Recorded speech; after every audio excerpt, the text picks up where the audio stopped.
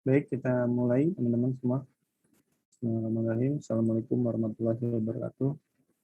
Waalaikumsalam warahmatullahi wabarakatuh, Pak. Wabarakatuh, Pak. Ya, selamat pagi, salam sejahtera bagi kita semua. Semoga kita semua tetap dalam keadaan sehat walafiat ya.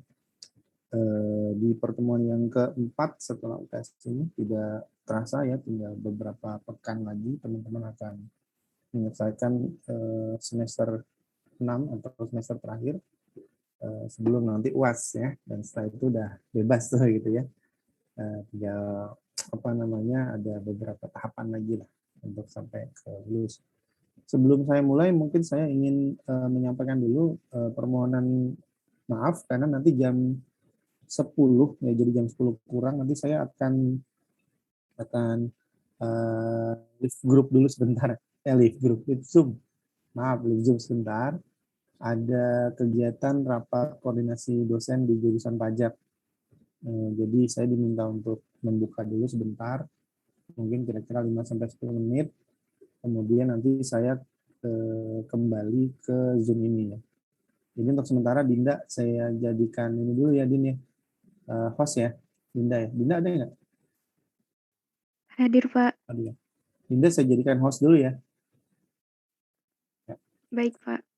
Jadi nanti saya keluar sebentar, nanti saya masuk lagi. Sekitar jam 10 kurang lah, nanti saya izin live dulu sebentar ya. Sebenarnya saya harusnya datang nih karena rapat koordinasi dosen di jurusan pajak terkait dengan nilai UTS, kemudian pembimbingan akademik dan sebagainya ya. Tapi karena saya ada jadwal mengajar, saya nggak bisa ikut acaranya, cuma bisa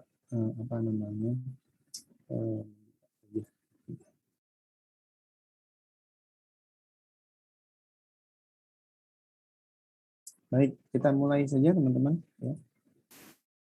Sudah hadir semua di sini.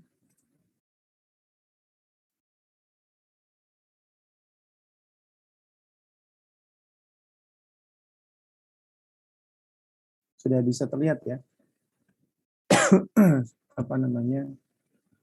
Sudah. PowerPoint ya.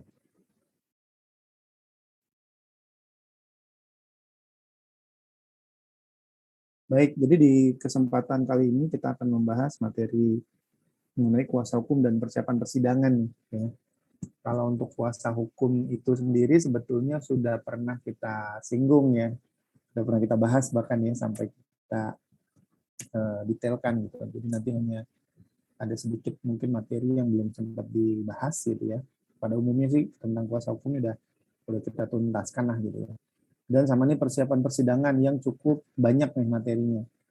Ya, jadi ini administratif sekali sifatnya.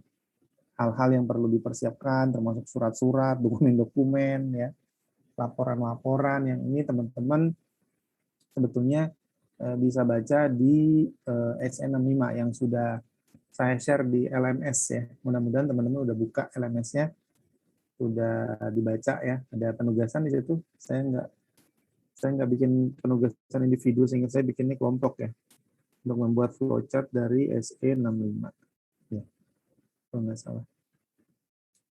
Oke, kita langsung saja ya ke kuasa hukum. Jadi kalau dilihat dari definisinya, kuasa hukum ini adalah orang perseorangan.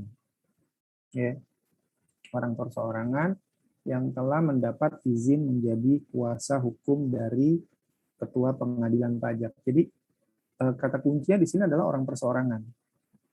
Artinya, ya, walaupun yang menjadi kuasa hukumnya adalah misalkan dari kantor konsultan hukum gitu ya, atau dari konsultan pajak yang memenuhi syarat menjadi kuasa hukum, tetap yang menjadi kuasa hukumnya adalah yang dilihat adalah orang pribadinya gitu.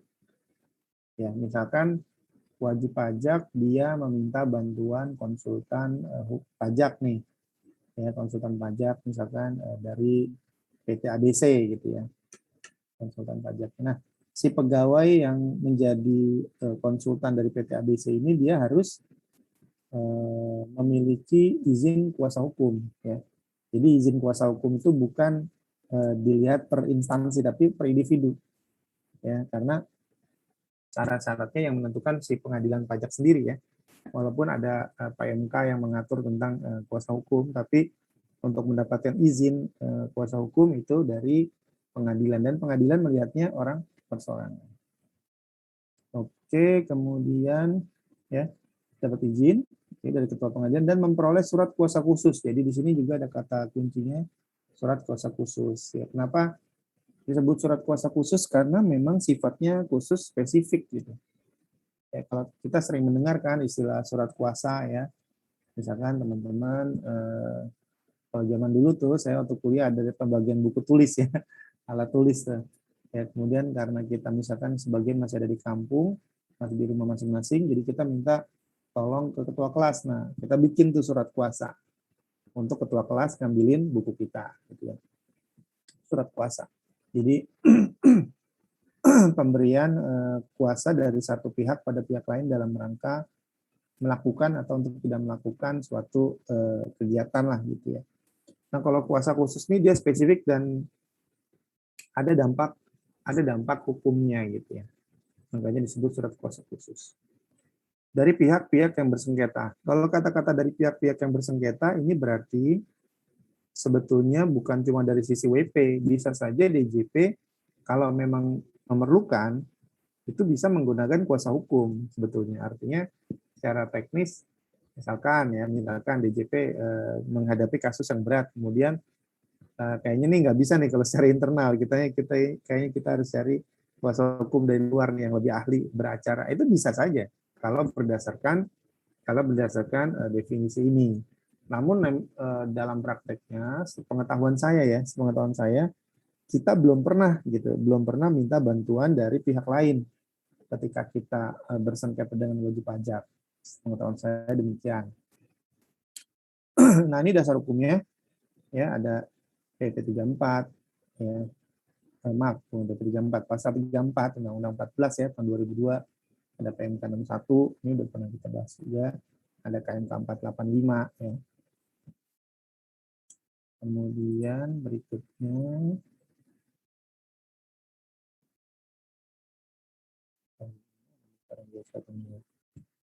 hilang nih. Nah, syarat menjadi kuasa hukum juga udah pernah kita singgung nih, WNI dan seterusnya, nggak perlu lagi kita bahas.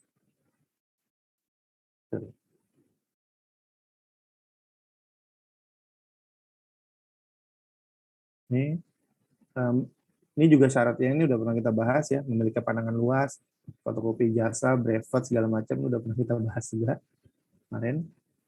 Kemudian masa berlakunya nih, nah izin kuasa ini berlakunya 12 bulan. 12 bulan sejak tanggal ditetapkan. Kenapa harus dibikin jangka waktu tertentu gitu? Kenapa nggak unlimited aja? Pokoknya sekali dia jadi kuasa hukum bisa selamanya gitu. Nah, ada beberapa pertimbangan. Yang pertama adalah bahwa menjadi profesi apapun dia harus dikontrol, ya kan, kualitasnya lah gitu ya, kualitasnya, kemudian pemenuhan syarat dan kewajiban lainnya. Termasuk juga di pertemuan lalu kita bahas bahwa salah satu tugas dari pengadilan pajak adalah menguasai kuasa hukum ya. Mengawasi di sini dalam artian mengevaluasi, menilai, kemudian ya memperhatikan gerak-gerik dari si kuasa hukum ini ya. Misalkan kalau dalam suatu persidangan dia melakukan tindakan yang tidak sesuai gitu ya, misalnya menghina pengadilan atau berlaku tidak sopan selama proses persidangan. Nah, tentu ini menjadi catatan tersendiri buat pengadilan ya.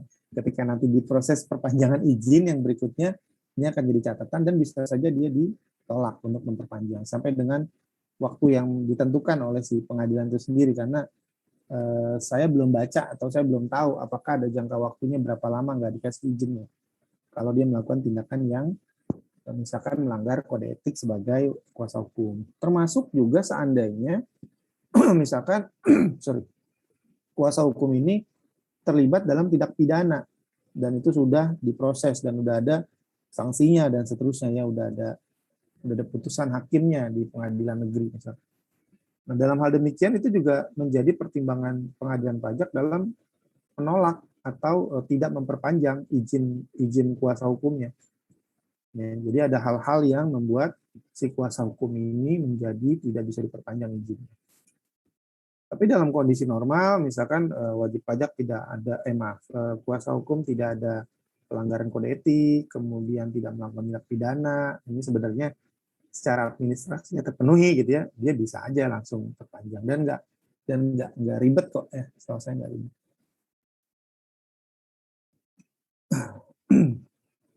Nah, yang berikutnya, persyaratan untuk dapat menjadi kuasa hukum tidak diperlukan. Jadi kalau tadi kan ada syarat-syarat tuh, ya yang panjang tadi ya, punya pengalaman ini, punya ijazah ini dan sebagainya. Ini tidak diperlukan kalau yang pertama, ya kuasa hukum ini mendampingi atau mewakili pemohon banding atau penggugat atau keluarga sedara atau semenda sampai dengan derajat kedua, pegawai atau pengampunya. Jadi kalau misalkan yang mendampingi adalah keluarga sedara kalau WP orang pribadi ya, sampai dengan derajat kedua nih, misalkan yang punya masalah cucunya, kakeknya masih bisa ikut, ya, bapaknya, kakeknya. Atau pegawai, kalau misalkan perusahaan baik itu orang pribadi maupun badan, si pegawainya misalkan dia memang punya kemampuan itu ya, mengerti pajak dan sebagainya, tanpa dia harus punya ijazah S1 dan seterusnya, itu masih boleh. Ya, jadi persyaratan yang tadi nggak berlaku ketika ini terpenuhi. Yang kedua, poin yang kedua, seseorang yang baru pertama kali mendampingi atau mewakili pemohon banding atau penggugat. Namun dalam sidang berikutnya harus sudah terdaftar atau memperoleh izin sebagai kuasa hukum. Nah, ini bisa nih, secara teorinya bisa, seorang yang baru pertama kali mendampingi, ya, nanti setelah itu dia bisa memperoleh izin. Nah, ini yang mungkin yang dalam hal yang pertama tadi ya, ketika dia misalkan bukan kuasa hukum yang sesuai dengan standar, sesuai dengan peraturan, tapi dia baru pertama kali, ya. Nah, di kesempatan yang berikutnya dia harus sudah dapat izin kuasa. Nah, kemudian ketentuan bagi kuasa hukum yang hadir di persidangan. Nah, ini ketentuan. Ini yang menjadi perhatian biasanya teman-teman di pengadilan atau di di panitera lah ya, diperhatikan. Yang pertama, kuasa hukum wajib menunjukkan surat keterangan terdaftar atau surat izin sebagai kuasa hukum dari pengadilan pajak. Ya. Jadi dia harus menunjukkan surat keterangan terdaftar dan atau surat izin sebagai kuasa hukum. Kemudian menunjukkan surat kuasa asli ya, yang tadi surat kuasa khusus bermaterai dari pihak yang diwakili akan didampingi. Jadi walaupun saya mewakili nih, saya dapat amanah gitu kan, tapi dia nggak bisa menunjukkan, nah itu nggak bisa gitu. Jadi nggak bisa cuma sekedar kata-kata saya sudah dipercaya nih, atau saya diminta mewakili atau mendampingi. Tapi kalau dia nggak bisa menunjukkan surat ini yang asli, ya itu nggak boleh beracara atau dipersilakan untuk keluar dari ruang sidang, atau dia cuma boleh jadi penonton gitu ya, nggak bisa ikut beracara lah. Kemudian yang berikutnya, surat persetujuan dari Ketua Pengadilan Pajak untuk menjadi kuasa hukum diberikan dalam jangka waktu 7 hari sejak persyaratan izin kuasa hukum lengkap diterima di sekretariat. Kemudian pihak-pihak yang bersengketa masing-masing didampingi atau diwakili oleh satu atau lebih kuasa hukum dengan surat kuasa khusus. Kuasa hukum dapat memberi kuasa untuk mewakilinya dalam suatu persidangan hanya kepada kuasa hukum lainnya. Jadi nggak bisa, misalkan gini nih, kuasa hukumnya dia sama-sama dari kantor yang sama. Kemudian pada saat di persidangan harusnya dia yang datang, tapi dia nggak bisa karena ada penugasan atau sakit atau sebagainya. Nah, dia bisa mewakili nih, memberikan wakil kepada kuasa hukum lainnya, tapi ke kuasa hukum juga gitu ya. Artinya sama-sama kalau dari kantor konsultan yang sama, dari konsultan yang sama gitu ya. Kemudian surat izin kuasa hukum berlaku di semua majelis pengadilan. Artinya di pengadilan pajak ada 14 ya, kalau saya nggak salah 14 majelis, 14 atau 16 ya. 14 ya. Nah, ini berlaku semua, jadi bisa di majelis 1, majelis 2, dan seterusnya. Kemudian persiapan pengadilan, sebelum saya lanjut, mungkin saya izin live sebentar dulu ya teman-teman ya. Sebelum ini kita lanjut ya.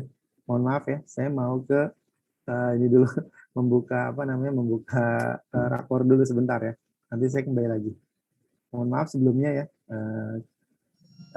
Dinda, saya live dulu ya, nanti tolong di accept. Siapa? Ya, baik. Sementara teman-teman bisa dibaca dulu sambil saya live, bisa baca dulu essay 65-nya ya. Terima kasih. Baik, Pak. Terdengar, Pak? Ya, baik ya. Mohon maaf ya, ini saya sambil double zoom ya dengan rapat koordinasi dosen. Mohon maaf kalau nanti ada, sebentar saya jauhin dulu deh biar nggak terlalu kedengeran. Masih kedengeran nggak, Juan? Suara background saya? Nggak. Di saya terdengar jelas, Pak. Oh ya, backsound-nya kedengeran? Nggak, bukan suara saya. Oh, backsound-nya nggak kedengeran, Pak. Nggak kan? Oke, ya baik. Yep. Saya jauhin, soalnya saya double zoom sama rapat koordinasi dosen. Baik, kita akan lanjutkan ya teman-teman ya. Mohon maaf, waktunya tersita 10-15 menit. Kita akan lanjutkan ya. Tadi kita sampai di sini ya. Tata cara penanganan sidang banding dan gugatan di pengadilan pajak. Jadi sebagaimana telah saya utarakan sebelumnya bahwa di pertemuan kali ini memang kita akan membicarakan hal yang sangat administratif sekali sifatnya, dan saya nggak tahu nih nanti soal, terus terang saya belum tahu soal UAS nanti apakah modelnya akan sama dengan soal UTS kemarin ya, modelnya ya, maksudnya ya artinya ada menyebutkan atau mengurutkan prosedur-prosedur ya, kemudian membuat contoh surat tertentu ya, saya belum tahu ya, karena Pak Beni belum memberitahukan gitu, dan waktu tes kemarin juga saya belum dapat info seperti apa gitu. Jadi ya kita siap-siap aja, tapi tenang aja teman-teman, sebagaimana telah saya utarakan juga bahwa saya tidak akan menilai sesuatu yang belum pernah saya ajarkan. Nah gitu ya, kata kunci itu aja. Jadi saya tentu mengukurnya sesuai dengan apa yang saya sampaikan. Tapi tugas teman-teman dalam ujian itu kerjakan saja semuanya. Tolong jangan sampai ada yang nggak dijawab gitu, kayak UTS kemarin. Ya, tolong jangan sampai kosong. Nah, kalau kosong saya nggak bisa ngasih nilai gitu. Juan kosong nih, saya bingung ngasih nilainya apa gitu kan. Tapi kalau kita kerjakan, walaupun mungkin itu tidak tepat atau sama sekali salah lah gitu ya, salah gitu ya kalau total.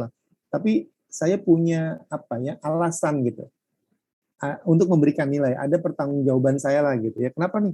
Kok Juan kok salah gini dikasih nilai ya? Setidaknya dia udah mencoba gitu. Saya punya argumentasi ya. Tapi kalau kosong, kemarin ada beberapa yang kosong walaupun nggak banyak, itu saya bingung ngasih nilainya ya. Jadi teman-teman, pesan saya nanti mohon ketika di UAS nanti semua persoalan, semua pertanyaan kan gitu, semua soal mohon dijawab. Bukan cuma di mata kuliah ini, di mata kuliah yang lain. Jadi kalau misalkan Pak waktunya nggak cukup, nah kita harus bisa manage waktu. Waktu kita 90 menit, soalnya misalnya segini nih banyak. Nah, kita jangan fokus ke yang soalnya bakal nyita waktu banyak gitu. Kita fokus ke yang lain dulu. Atau strateginya ya tadi loncat-loncat ya. Soal satunya kita kerjain sebagian, terus soal duanya kan gitu ya. Atau soal tiganya ya, walaupun memang saya tahu tidak semua orang nyaman dengan cara mengerjakan yang seperti tadi. Termasuk saya juga. Saya bukan orang yang nyaman pindah-pindah gitu. Jadi pengennya satu diselesaikan kan. Satu selesaikan. Begitu selesai, waktunya habis. Waduh udah. Belum kita harus nyeken segala macam. Terus ditambah lagi, nanti pastor terlambat, dipotong lagi nilainya kan. Wah, makin habis gitu. Jadi menurut hemat saya, kita memang harus berstrategi teman-teman. Ya. Kalau kayak kemarin kan kebijakannya memang yang terlambat itu walaupun berapa menit dikuranginnya poinnya lumayan gitu. Ya, itu kebijakan dari koordinator ya. Artinya bukan kebijakan pribadi supaya rata gitu. Jadi semua dosen terapkannya sama. Poin terlambat mau berapa menit sama. Nah itu kan saya nggak bisa istilahnya nggak bisa berbuat apa-apa gitu ya. Sementara misalkan sudah terlambat, udah gitu kosong lagi. Wah itu saya bingung tuh ngasih nilainya ya. Akhirnya nilai yang satu soal itu saya upgrade aja. Saya udah nggak ngelihat benar salahnya, saya upgrade aja. Karena kalau nilainya sesuai dengan apa yang ada, itu bisa 50-an gitu. Nilai UTS-nya bisa 50-an gitu kan. Dan menurut saya kan itu nggak bagus gitu ya. Kira-kira gitu ya teman-teman ya. Jadi mohon maaf nih saya potong dulu terkait soal ujian. Nanti saya hanya akan menilai apa yang sudah pernah saya ajarkan. Itu kata kuncinya. Ya walaupun di dalam RPS ada, tapi misalkan saya skip nggak jelasin. Walaupun saya kan ngajar sesuai RPS ya. Tapi kan soal ujian kan kita belum tahu seperti apa. ternyata yang model kayak tadi belum pernah saya ajarkan atau belum pernah saya jelaskan secara detail gitu. Ya teman-teman kerjain aja, udah kerjakan aja. Ya, wah nih Pak saya belum ngajar, nggak apa-apa, kerjakan aja. Nanti masa penilaian kan saya ngukur, oh saya pernah ngejelasin di tahap ini. Jadi saya ngejelasinnya misalkan gini, nih misalkan ya SE65 ini kan banyak banget nih lampirannya. Saya nggak ngejelasin secara rinci, saya cuma jelasin ini si kontennya kayak gini, gambaran umumnya ya, sekilas seperti ini gitu. Nggak sampai detail. Terus misalkan ujian keluarnya, tolong didetailkan misalkan bikin SUB, itu kan belum pernah saya ajarkan secara detail kan. Nah tentu saya nanti ngukurnya berdasarkan yang saya ajarkan gitu. Jadi kalau misalkan Anissa jawab hanya sesuai yang saya ajarkan, ya berarti buat saya itu udah 100% gitu. Kalau Anissa bisa lebih, ya tentu nilainya jadi maksimal kan gitu. Artinya saya proporsional lah kalau ngasih nilai, artinya nggak terus lantas, wah ini nggak sesuai dengan kunci jawaban, ya kan kunci jawaban dikasih kan. Ya nggak apa-apa juga sih. Kalau saya dari dulu gitu teman-teman. Jadi mengukur sesuai dengan apa yang pernah saya ajarkan. Termasuk sebaliknya, pernah saya ajarkan, soalnya keluar nggak bisa jawab, ya itu akan saya nilai penuh, tapi tetap dijawab aja. Jangan sampai ada jawaban yang kosong. Itu kata kuncinya. Ya. Di semua mata kuliah sebetulnya, bukan cuma mata kuliah saya. Karena dosen pada umumnya prinsipnya sama. Ya. Artinya ada jawaban. Tentu jawabannya juga ya jangan yang terlalu nggak nyambung banget gitu ya. Soalnya mata kuliah upaya hukum pajak kita jawabnya pakai OTK yang nggak nyambung gitu kan, atau soal PPH kita jawab pakai PPN yang nggak nyambung. Tentu yang sesuai dengan mata kuliahnya ya gitu ya. Baik teman-teman, saya coba lanjut.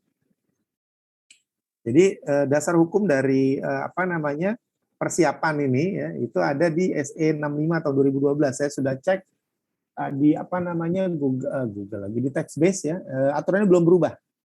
Walaupun ini umurnya sudah 9 tahun tapi masih kita pakai ya secara ininya dasar hukumnya masih menggunakan aturan yang sama SE 65. Nah, SE 65 ini yang saya nanti minta teman-teman untuk bikin diagram atau flowchart-nya. Pak, bikinnya gimana Pak? Ini kan tugas kelompok. Bikin aja. Artinya gini, dengan teman-teman baca SE 65 ini, kira-kira supaya memudahkan orang baca itu gimana? Saya pernah sampaikan, kalau nggak salah, orang itu secara naluriah lebih mudah memahami gambar ya atau diagram lah gitu ya ketimbang tulisan banyak kan gitu ya. Makanya saya juga sering ngulang-ngulang tuh. Nanti kalau di soal ada soal ujian ya, kalau susah pakai kata-kata banyak, bikin aja diagram. Di dalam diagram kalau mau ada tulisan kata kuncinya aja, nggak usah semuanya ditulis. Itu memudahkan gitu. Kenapa?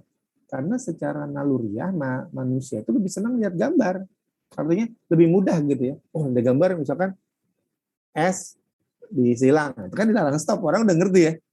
Ya kan? Ketimbang kalau dari jauh dilarang Anda berhenti di sini karena kalau dari jauh kan nggak kelihatan.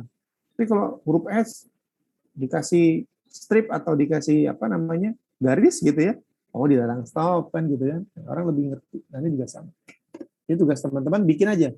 Diagramnya apa, bentuknya gimana terserah, bebas. Bebas saja. Yang penting teman-teman kerjakan aja. Dan kalau bisa memang itu nanti mudah dipahami oleh orang yang membacanya. Ya, kita akan coba jelaskan dulu. Oke. Ini yang banding dan gugatan sepertinya tidak perlu dibahas lagi ya, pengertian ini saya langsung skip aja ke sini ya, ke surat uraian banding. Maaf, belum saya besarin.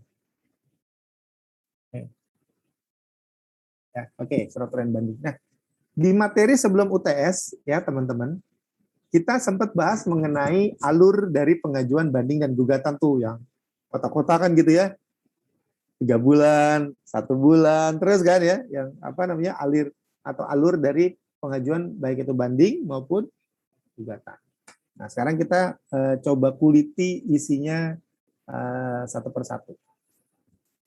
Nah, surat uraian banding ya. Surat uraian banding itu atau biasa kita nyebutnya SUB. Surat uraian banding itu adalah surat terbanding. Surat terbanding itu berarti suratnya DJP, yang bikin DJP. Surat yang dibuat oleh DJP, kira-kira gitu ya, kepada pengadilan pajak yang berisi jawaban atas alasan banding yang diajukan oleh WP. Ya, bacanya gitu aja lah ya, biar lebih mudah ya. Kadang-kadang kita suka ketukar-tukar pemohon banding, perbanding, sidang banding, data pembanding ya.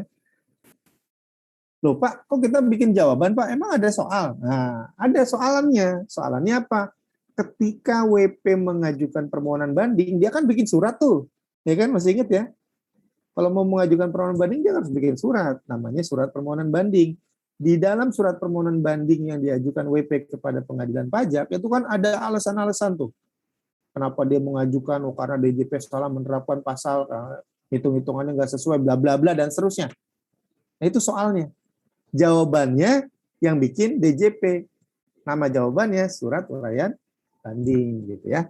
Jadi surat uraian banding adalah sanggahan atau jawaban dari surat permohonan banding. Kalau di sini, kalau di dalam slide disebutnya atas alasan banding yang diajukan oleh WP. Oke ya, itu surat uraian banding atau SUB. Yang berikutnya surat tanggapan. Nah, kalau surat tanggapan ini teman-teman, ini jawaban dari surat permohonan gugatannya WP. Ini gugatan berarti. Jadi WP mengajukan permohonan gugatan, kita jawab pakai surat tanggapan. Gitu ya. Kalau yang banding, surat uraian banding. Kalau ini surat tanggapan disingkatnya apa Pak? Nggak disingkat ST ya. Karena ST biasanya singkatan buat surat tugas, jadi surat tanggapan nggak disingkat. ST aja, apa surat tanggapan aja kita nyebutnya. Nah yang berikutnya bantahan. Kalau bantahan itu siapa? Bantahan itu balasan dari si WP. Jadi ini berbalas pantun gitu. Pertama WP yang ngirim surat permohonan banding atau gugatan kepada pengadilan pajak. Pengadilan pajak meneruskan ke DJP. DJP jawab kan? Jawaban DJP namanya SUB atau surat tanggapan. Nah, SUB atau surat tanggapan tadi dibalas lagi oleh WP. Ya, namanya surat bantahan gitu. Jadi saling berbalas gitu ya. Saling berbalas. Nah, lanjut. Oke, itu definisi secara umumnya tuh, nggak semuanya kita bahas. Nah, kemudian ini yang diatur dalam SE 65, karena ingat teman-teman, SE ini, ya, sorry, harus saya nyari pensil mana? Hilang-hilang terus tampilan di sini. Sorry.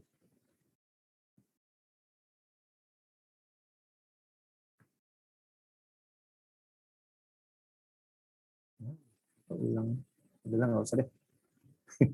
Jadi surat edaran itu teman-teman, yang pertama sebetulnya bukan dasar hukum, yang pertama. Jadi dasar hukum atau payung hukum itu sebetulnya paling rendah adalah dalam bentuk peraturan menteri ya kalau di kita ya, atau menteri keuangan berarti. Nah namun ini SE atau Perdirjen ini ya, ini hanya mengikat atau hanya mengatur, bukan mengatur sebetulnya. Jadi SE itu bukan mengatur. SE itu mendeskripsikan. Jadi nggak boleh mengatur sebenarnya. Jadi kalau saya bilang tadi mengatur itu maksudnya mendeskripsikan. Karena yang boleh mengatur minimal PMK. PMK itu mengatur WP dan mengatur fiskus. Kalau Perdirjen mengatur fiskus doang. Kalau SE nggak mengatur. SE cuma mengelaborasi. Hanya mendeskripsikan. Makanya sebetulnya aneh kalau misalkan ada surat edaran tapi dia mengatur sesuatu hal yang baru. Itu nggak boleh sebetulnya. Jadi SE itu cuma boleh mendeskripsikan, menjelaskan dalam bahasa yang lebih mudah dipahami, itu SE.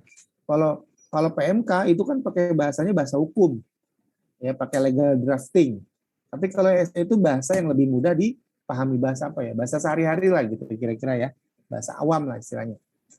Oke, nah di dalam SE ini diatur membentuk dulu nih sebelum kita sebagai persiapan sidang banding dan gugatan, kita siap-siap dulu nih membentuk tim sidang, baik itu banding maupun gugatan.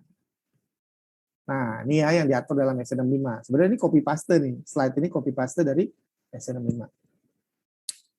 Oke, bagian yang pertama, pejabat eselon 3 di DKB atau di Kanwil menangani sidang banding dan gugatan menyusun tim sidang. Teman-teman kan semester ini lagi belajar OTK ya kan?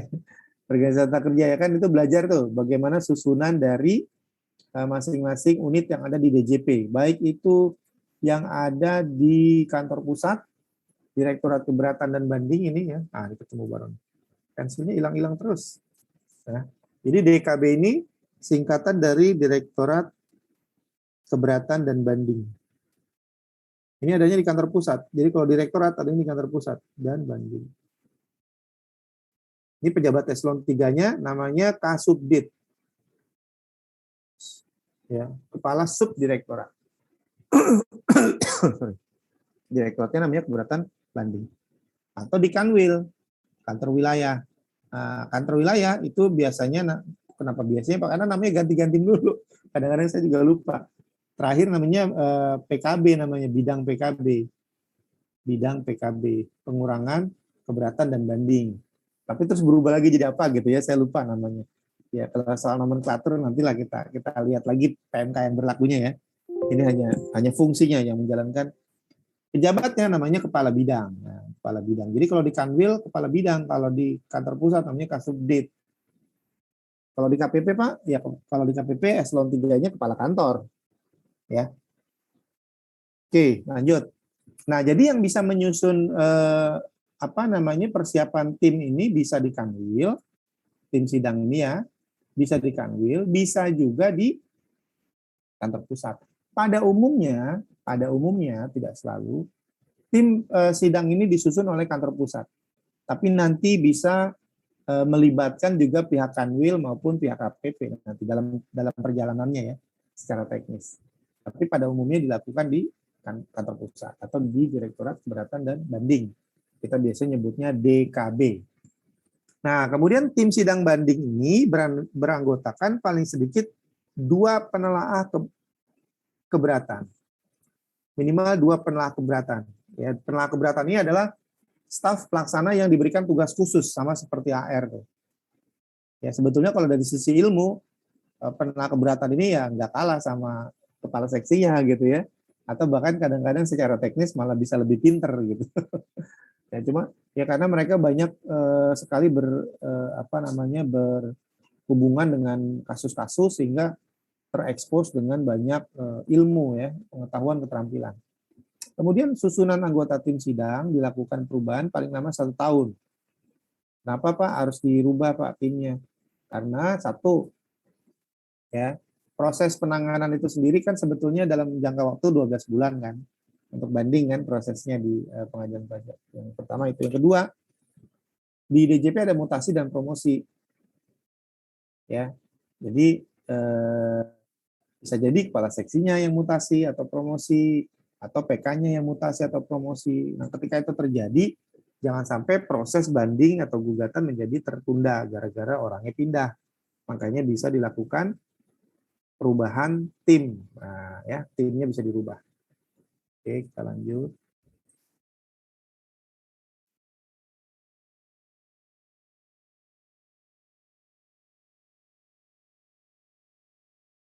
Bentar ya. Ini yang lambang pensilnya suka hilang-hilangan nih. Oh, iya. Oke, kita balik. Loh, sudah. Oke, yang kedua, penanganan surat uraian banding. Jadi kalau tadi kan yang pertama nih teman-teman nomor 1 kan ini kan persiapan ya, persiapan pembentukan tim sidang. Setelah timnya udah ada, kita sama-sama bikin surat uraian banding. Jadi surat uraian banding itu yang menyusun adalah tim banding.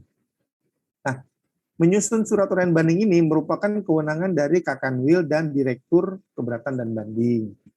Konsep surat uraian banding atau surat tugas bisa dibuat oleh bidang keberatan dan banding atau PKB ya. PKB ini pengurangan keberatan dan banding di kantor wilayah DJP atau unit eselon 3 di DKB ya. Jadi sama-sama di unit eselon 3 kan. Di kanwilnya bisa eselon 3, di kantor pusatnya juga eselon 3. SUB disampaikan ke pengadilan pajak dalam jangka waktu 3 bulan sejak tanggal dikirim. Ini sesuai dengan diagram alur yang pernah kita bahas sebelumnya. Ya, 3 bulan. Sejak tanggal dikirim permintaan SUB. Kemudian sidang dimulai sebelum jangka waktu berakhir. Unit yang menangani persidangan mengirim surat permintaan percepatan penyelesaian SUB ini dilakukan dalam hal misalkan waktunya sudah lewat gitu. Ya, karena satu dan lain hal lah. Nanti kita coba lihat di SE-nya ya, yang detailnya. Kemudian SUB harus disampaikan ke pengadilan pajak dalam jangka waktu 1 bulan. Ini dalam hal sidang dimulai sebelum jangka waktu berakhir.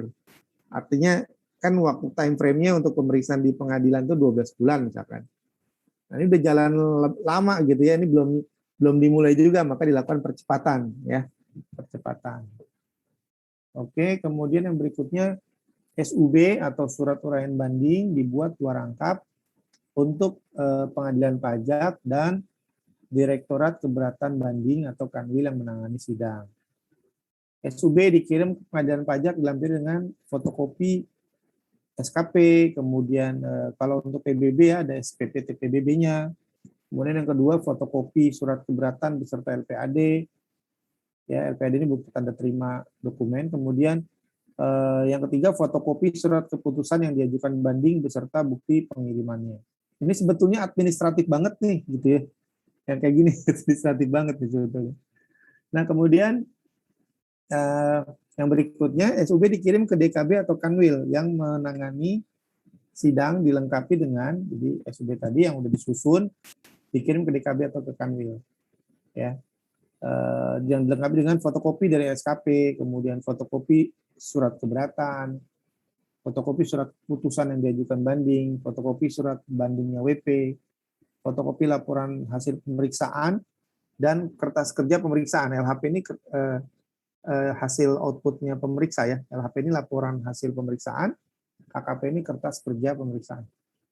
Kemudian fotokopi laporan penelitian keberatan dan KKP keberatan atau laporan penelitian lainnya atas objek yang diajukan gugatan. Kemudian ada matriks sengketa dan checklist berkas yang dikirimkan.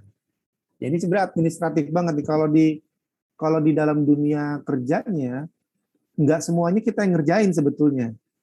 Ini kan cuma alurnya doang. Jadi nanti ada kalau Anda jadi misalkan staf di Kanwil, tugas Anda tuh nggak semuanya juga gitu ya.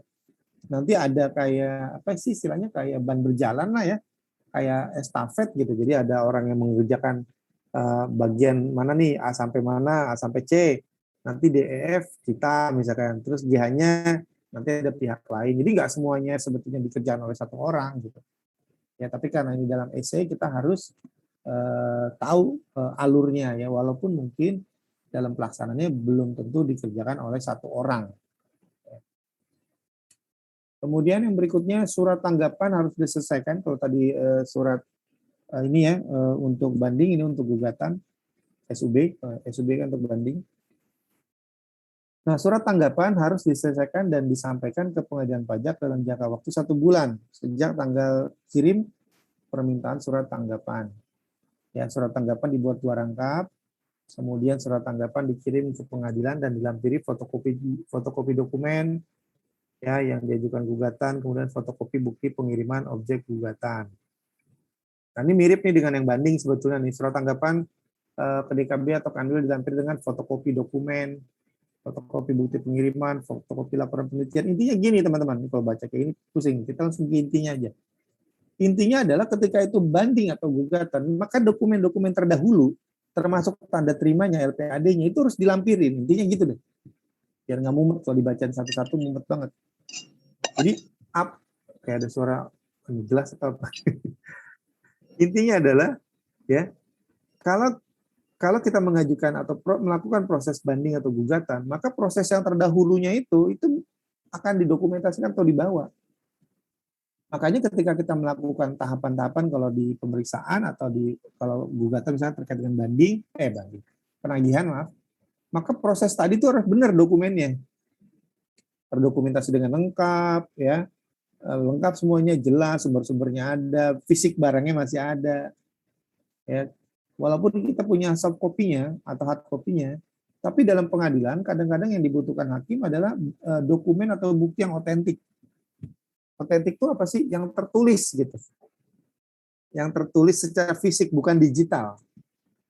Walaupun memang beberapa pengadilan atau dalam sistem pengadilan, beberapa sudah bisa menerima bukti yang berupa digital. Tapi pada umumnya, bukti yang dibutuhkan adalah yang otentik. Kayak misalkan tanda tangan. Ya, tanda tangan itu tetap yang dimintanya fisik, bukan yang digital. Jadi kayak misalnya kayak KTTA tuh ya. Kayak KTTA tuh dulu tuh sebetulnya kita harus fisik. Cuman kan lagi pandemi gini susah kan. Kita ketemu malah berisiko gitu ya. Jadi akhirnya boleh tuh tanda tangan yang itu digital di ini. Tapi kan tetap digitalnya bukan digital yang ada di Kementerian Keuangan. Kalau tanda tangan digital yang ada di Kementerian Keuangan, itu tanda tangannya nggak ada keluar fisik gitu. Kayak misalkan gini deh, kayak Anda tanda tangan kan ada sign-nya gitu ya. Kalau tanda tangan yang digital versi Kemenq itu pakai kode PIN. Nanti tertulis tuh, sudah ditandatangani secara digital, ada tulisannya. Tapi nggak ada bentuk tanda tangannya. Jadi kalau yang di KTTA itu sebetulnya masih tanda tangan otentik, cuman soft copy gitu. Ya beberapa pengadilan itu sistem pengadilan dia nggak mau nerima yang digital tadi itu.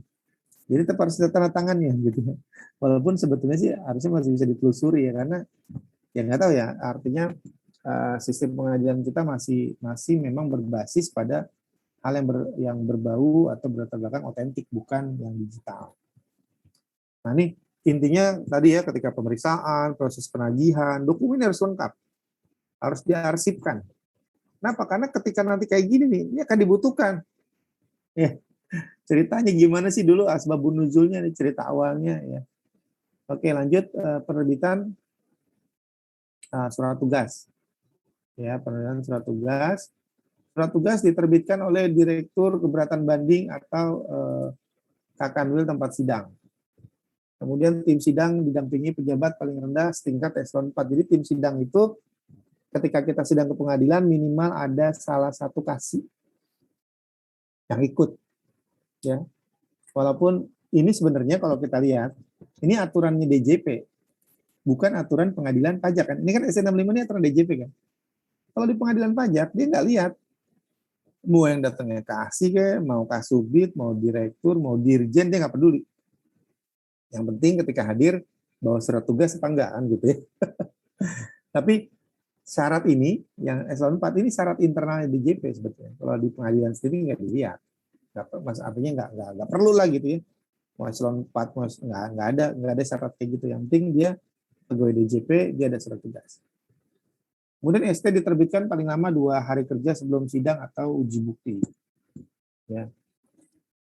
Saya pernah sampaikan ke teman-teman sebelum uji bukti atau sidang itu memang ST udah ada. Walaupun dalam prakteknya kadang-kadang saya sidang hari Rabu nih sekarang ya. Rabu jam 9, itu jam 10 belum ada surat tugasnya. Masih diproses ya, karena sebelum digital ya di Kemenq kan masih pakai tanda tangan tuh. Jadi tanda tangannya fisik ya, surat tuh fisik. Kalau sekarang kan tinggal buka aplikasi, enter, masukin PIN kita, udah tanda tangan. Bos-bos langsung bisa tanda tangan gitu ya. Kalau dulu kan masih harus fisik, orangnya nggak ada, ya orangnya lagi rapat nih, pejabatnya kemana, wah harus dikirim, repot. Kalau sekarang kan dia bisa buka pakai HP kan, aplikasinya bisa dibuka di HP gitu. Jadi kemanapun si pejabat itu ini sepanjang dia bawa HP, dia bisa tanda tangan surat itu secara digital. Oke, kemudian lanjut persiapan sidang. Nah ini persiapan sidang ini di Direktorat Keberatan Banding yang pernah saya lihat. Saya belum pernah jadi penolak keberatan. Saya mengikuti sidang banding ya gugatan jarang. Itu tapi saya belum pernah jadi penolak keberatan ya. Ini tugas khususnya yang pernah saya lihat menjadi penolak keberatan khusus saya di Direktorat Keberatan Banding. Ini pekerjaan yang sangat-sangat membutuhkan militansi. Jadi kalau kita kerja mikirnya tenggo, 7:30 jam 5 pulang, ini agak susah. Jadi biasanya mereka selesai sidang tuh dari pengadilan kan sore atau maghrib. Sampai kantor kan jam 7, itu masih kerja dulu tuh. Masih harus nyiapin bahan buat besok. Jadi kadang-kadang bisa pulangnya jam 10, jam 9 paling cepat malam ya. Ntar pagi udah mulai kerja lagi kan gitu. Bayang kalau yang rumahnya jauh tuh dari kantor pusat. Tetapi memang harus seperti itu ya, kalau nggak selesai. Nah ini yang apa aja yang mereka siapin? Yang pertama, mempersiapkan dan mempelajari berkas-berkas yang akan digunakan dalam persidangan. Minimal, kalau nggak hafal tempatnya di mana, minimal ditandain. Jadi kita kan biasanya bawa outner ya, tahu ya, yang map gede buat tempat nyimpen dokumen kan, bawa outner, itu kita tandain, misalkan ini pakai post-it gitu ya, atau ditandain lah, pakai apa aja terserah. Biasanya pakai post-it terus ditulis tuh di post-itnya. Misalnya ini KKP nomor sekian, ini LHP, ini SKP-nya, ini surat pengajuan keberatannya, kita tandai. Jadi kalau misalkan nanti ditanya oleh hakim, kita nggak begini, ya bagaimana saudara terbanding pendapat Anda. Sebentar majelis ya, saya cari dulu di dokumen, nah, itu nggak bisa. Ya, jadi kalaupun kita minta beliau menunggu, itu paling 10 detik lah. Paling lama setengah menit. Kalau lebih dari 1 menit, nanti kita bisa diomelin sama hakim. Anda nih nggak siap nih mau sidang. Jadi kita udah tanda-tandain tuh. Jadi kalau kita udah mau sidang ya, bawa dokumen itu pakai koper, itu bisa berkoper-koper, itu udah kita tandain tuh. Nanti mana yang kira-kira akan kita sampaikan kepada hakim di pengadilan, mana yang kira-kira akan ditanyai juga, mana yang kira-kira akan kita ajukan. Kita udah siap. Jadi ini mempersiapkan dan mempelajari ini, kalimatnya cuma 2 baris, tapi waktunya bisa berhari-hari. Ya, aman nih mempersiapkan dan mempelajari. Ada yang kurang jelas nanti kita bisa tanya. Kita bisa tanya ya. Kita bisa tanya kepada pihak lain nanti di bagian yang keempatnya. Oke, yang kedua dulu ya, lanjut. Membuat resume pokok sengketa berdasarkan gugatan, ya, berdasarkan berkas gugatan. Oh ya, saya tolong diingetin 10 menit sebelum selesai ya untuk ngisi portal. Membuat resume pokok sengketa berdasarkan berkas-berkas yang tersedia sebelum sidang banding atau gugatan. Jadi bikin resume ini sebenarnya setelah mempersiapkan, mempelajari, kita bikin resumenya. Resumenya itu apa dari setiap bagian itu, mana yang mau atau mana yang menjadi poin-poin pentingnya. Jangan sampai gara-gara kita udah baca, udah pelajari, kita tahu banyak, kan kita manusiawi ya, kadang-kadang cepat ngerti, besoknya udah lupa. Yang mana ya? Ini ada di halaman berapa ya? Ini ada di dokumen yang mana ya? Ini yang mau saya omongin yang mana ya? Nah, kan lupa tuh. Nah, makanya kita perlu bikin resume kan gitu. Kemudian bila sebelum sidang pertama data belum diperoleh, resume sengketa dibuat dengan keterangan data belum diperoleh. Kemudian tim sidang dapat memanggil AR, pemeriksa penolak keberatan atau kepala seksi yang memproses keberatan pegawai lainnya untuk melakukan pembahasan materi.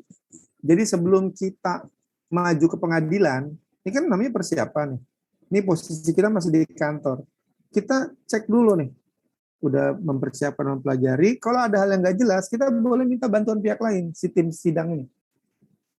Dia bisa minta bantuan ke pemeriksa yang waktu itu meriksa WP-nya, atau ke AR-nya, atau ke penolak keberatan yang ada di Kanwil yang memproses keberatannya si WP. Ada yang nggak jelas, kita panggil, boleh. Tim sidang bisa memanggil. Tentu maksudnya memanggil menggunakan format prosedur yang diatur dalam peraturan perundang-undangan ya. Ada mekanisme nota dinas. Itu kan teman-teman juga udah belajar tuh di tata naskah dinas ya, di mata kuliah tata naskah dinas. Oke, kemudian udah dilakukan pembahasan, nanya ke pihak lain, dapat informasi, udah lebih jelas. Baru habis itu dibikin hasil pembahasan, dibuat laporan. Jadi mau sidang itu nggak ujuk-ujuk, oh ya kita sidang nih besok, ayo enggak. Kita kumpulkan dulu dokumennya, yang tadi tuh yang panjang ini nih, membuat ini nih, yang ini, fotokopi apa segala macam, bla bla bla itu kan.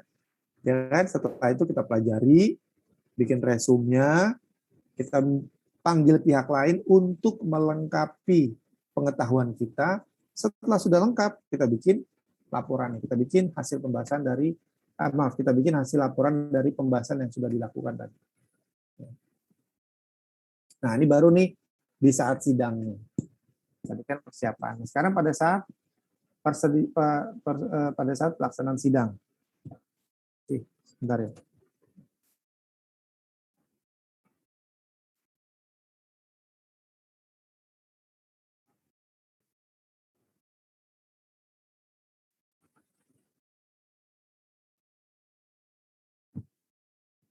Oke, baik. Nggak kedengeran kan ya backsound-nya? Udah saya kecilin.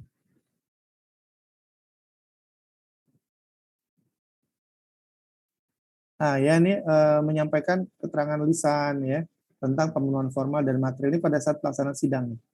Ya, ini sudah sesuai belum nih ya? Sesuai syarat formal material belum?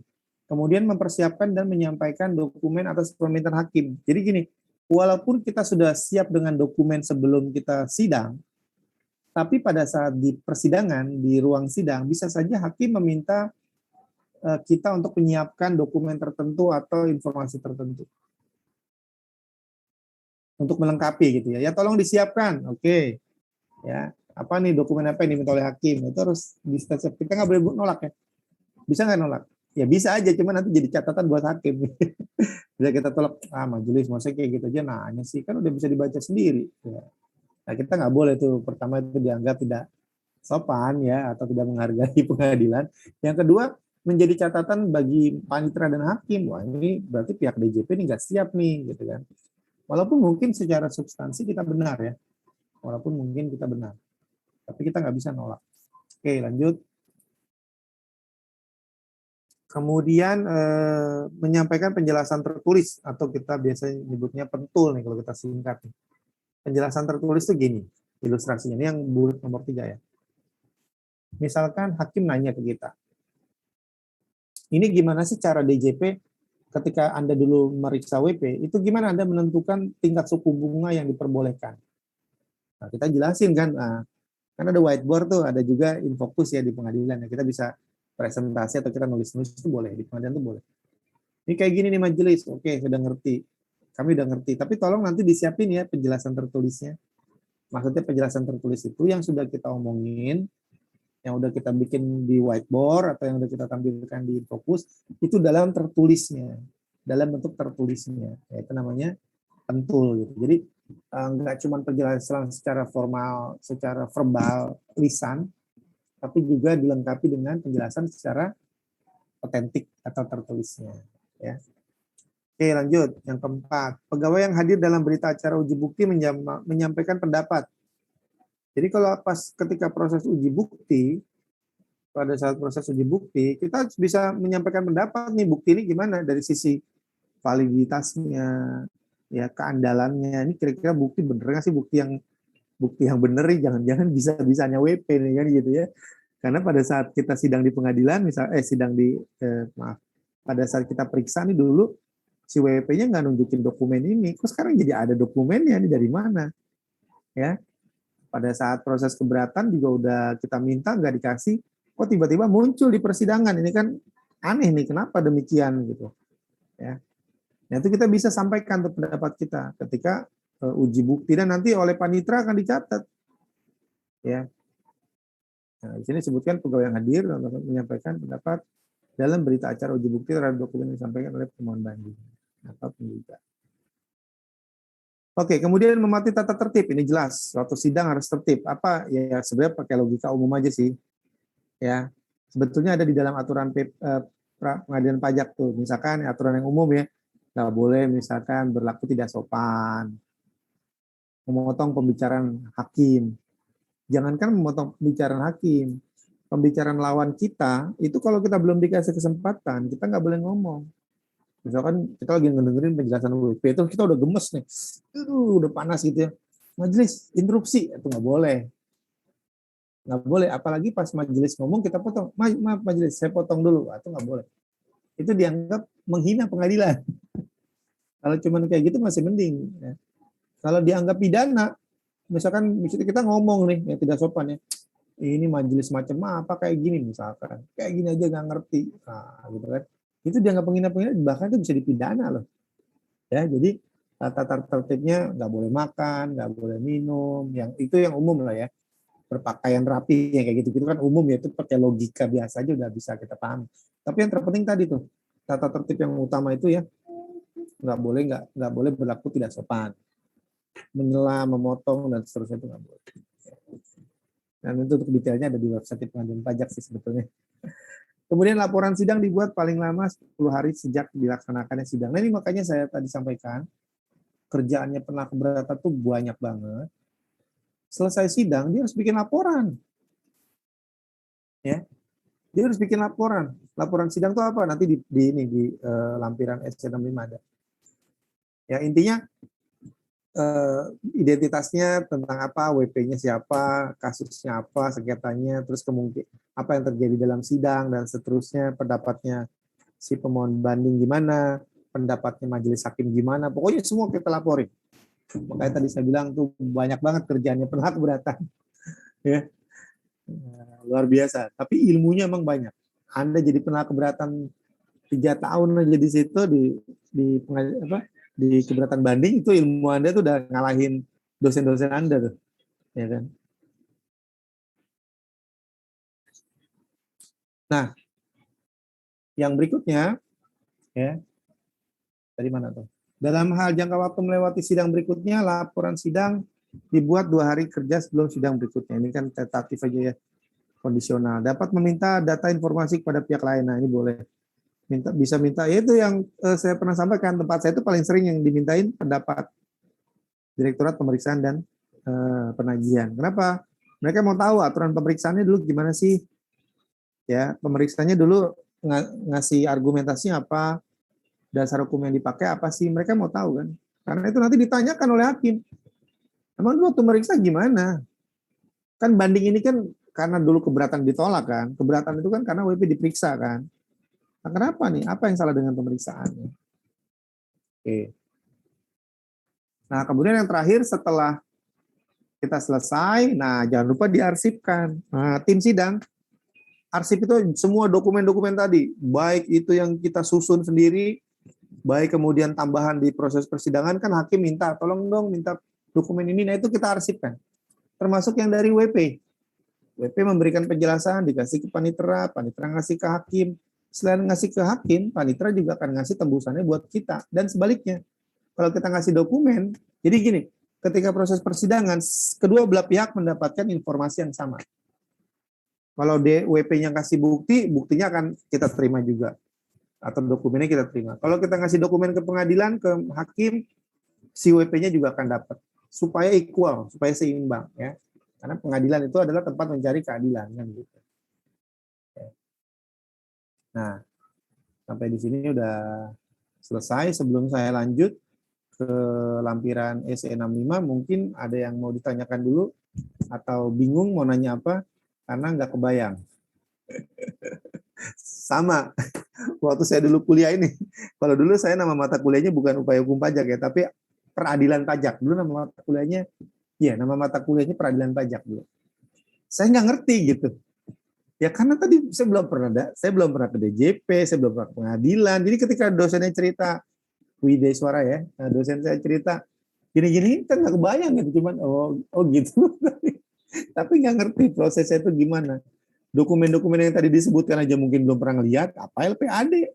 Makanya kan tadi saya bilang, ketika ujian itu sarapan saya sebetulnya yang keluar itu bukan mengapalin dokumen atau ngurutin dokumen. Kenapa? Karena Anda belum lihat gitu. Tapi harapan saya sebetulnya lebih ke studi kasus gitu ya. Artinya kalau ada case kayak begini, apa yang perlu dipersiapkan, tapi isinya apa nggak perlu Anda, bukan nggak perlu, Anda belum saatnya sampai ke situ gitu. Ya, itu harapan saya sebenarnya. Kenapa? Karena saya ngerasain waktu saya kuliah juga seperti Anda, saya nggak ngerti LPAD apa, saya belum melihat barangnya. Ya, dibilang yang kuning-kuning itu kertas kuning, oh itu tanda terima, laporan harus dokumen kan gitu ya. Jadi ini itu LPAD-nya ya. Kebetulan dicetak warnanya kuning kertasnya. Terus misalkan SKP, saya belum pernah lihat SKP itu kayak gimana. Cuma tahu singkatannya, jenisnya, tapi barangnya apa, isinya apa kan belum tahu, belum pernah lihat fisiknya. Tentu berbeda. Kalau misalkan saya ngajar di D3 ahli program. Nah, kalau D3 ahli program, mereka udah pernah lihat SPT itu minimal. Jadi udah kebayang. Yang mana ya Pak ya? Ini kayak gini-gini. Oh iya ya, kayaknya pernah dengar Pak. Kalau teman-teman yang kelas reguler ini kan bingung. Ya nggak? Saya jelas. Makanya ya tadi saya sampaikan nanti ujian dikerjakan aja. Ya, saya tidak akan menilai tentu yang belum pernah saya ajarkan ya, karena itu tidak fair. Saya menilai apa yang pernah saya ajarkan aja. Ya, dan yang saya ajarkan menurut saya adalah tetap sesuai RPS, tapi sesuai dengan kewajaran dari teman-teman posisinya sebagai mahasiswa reguler. Silakan kalau ada yang mau ditanyakan dulu ya. Ini hadir semua ya. Ini hadir semua nggak sih? Kayaknya 30 orang. Apa keluar ya? Izin bertanya, Pak. Grafter sebentar. Grafter ada nggak Grafter? Grafter ada. Renanda ada? Ada, Pak. Oke, ada. Berarti yang tadi keluar kali ya? Kelempar dari Zoom kali ya? Di Zoom-nya kayaknya cuma ada 28. Bentar ya, yang menanya bentar. Oke, silakan. Ya. Izin bertanya, Pak. Ya. Dinda. Dinda ya? Apakah suara saya masuk? Ya, masuk, Din.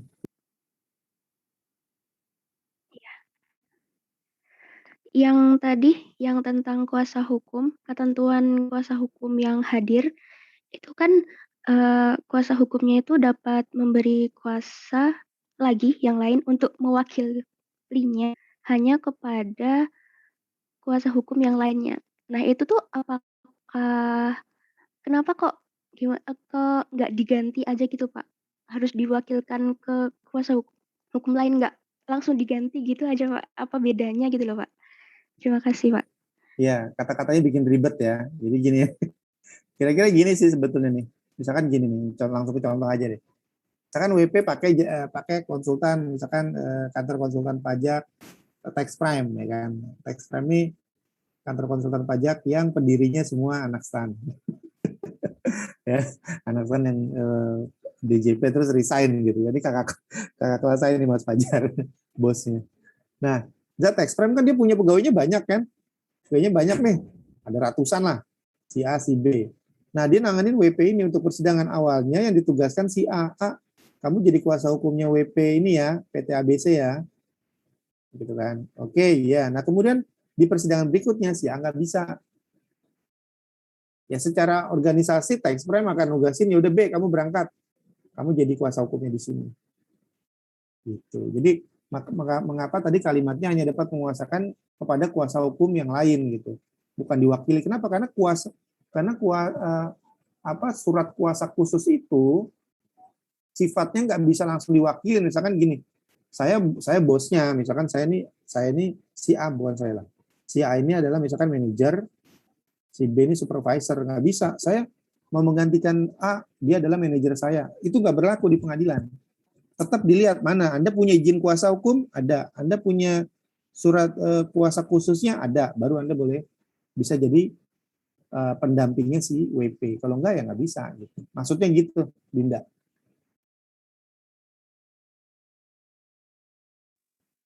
Baik, Pak. Terima Nah, ya. kasih. Baik. Atau bisa juga gini. Nah, bisa juga gini. Ini kejadian. Pertanyaannya bagus.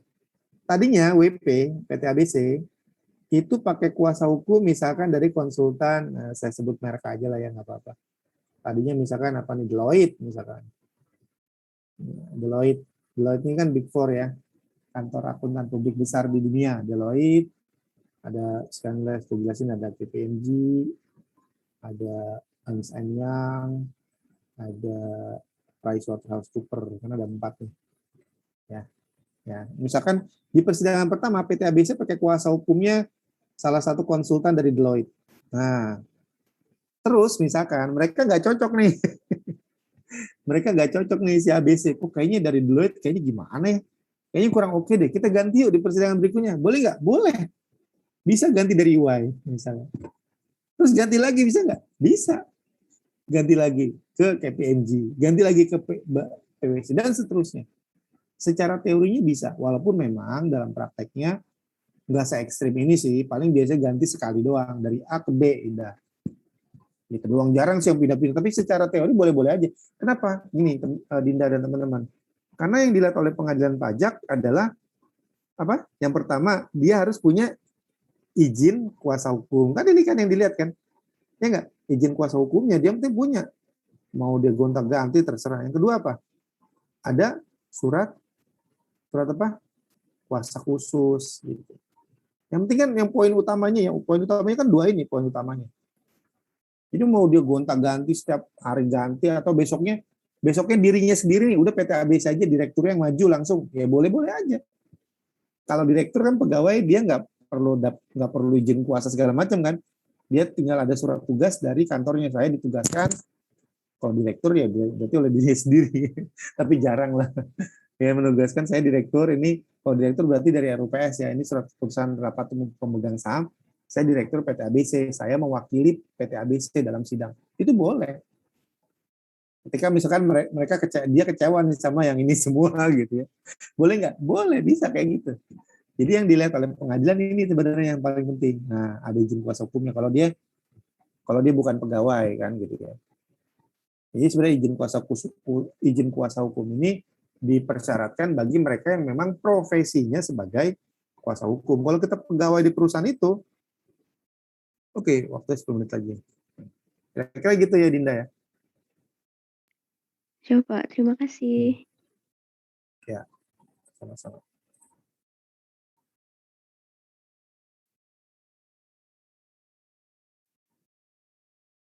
Oke, ada lagi yang mau ditanyakan?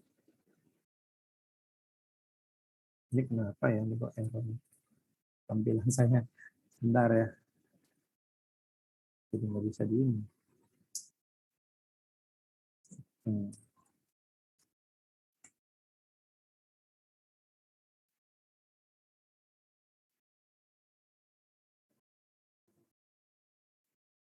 Silakan kalau ada yang mau tanya, saya sambil ngisi ini ya.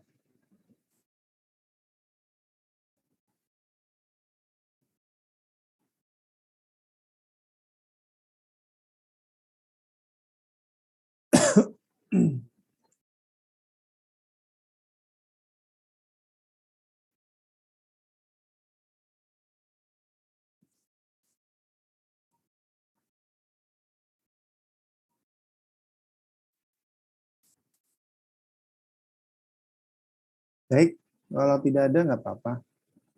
Ya, nanti kita lanjutkan aja di pekan berikutnya. Tugasnya mau dikerjakan aja ya teman-teman ya. Kerjakan semampunya aja, bikin diagram, gambar itu dari SC65 itu. Ya. Saya kira saya cukupkan saja ya. Kalau nggak ada pertanyaan lain, saya cukupkan sampai di sini teman-teman. Tetap sehat, tetap bahagia semuanya ya, tetap berdoa dan kita berpasrah diri pada Tuhan Yang Maha Kuasa. Semoga kita tetap diberikan kesehatan.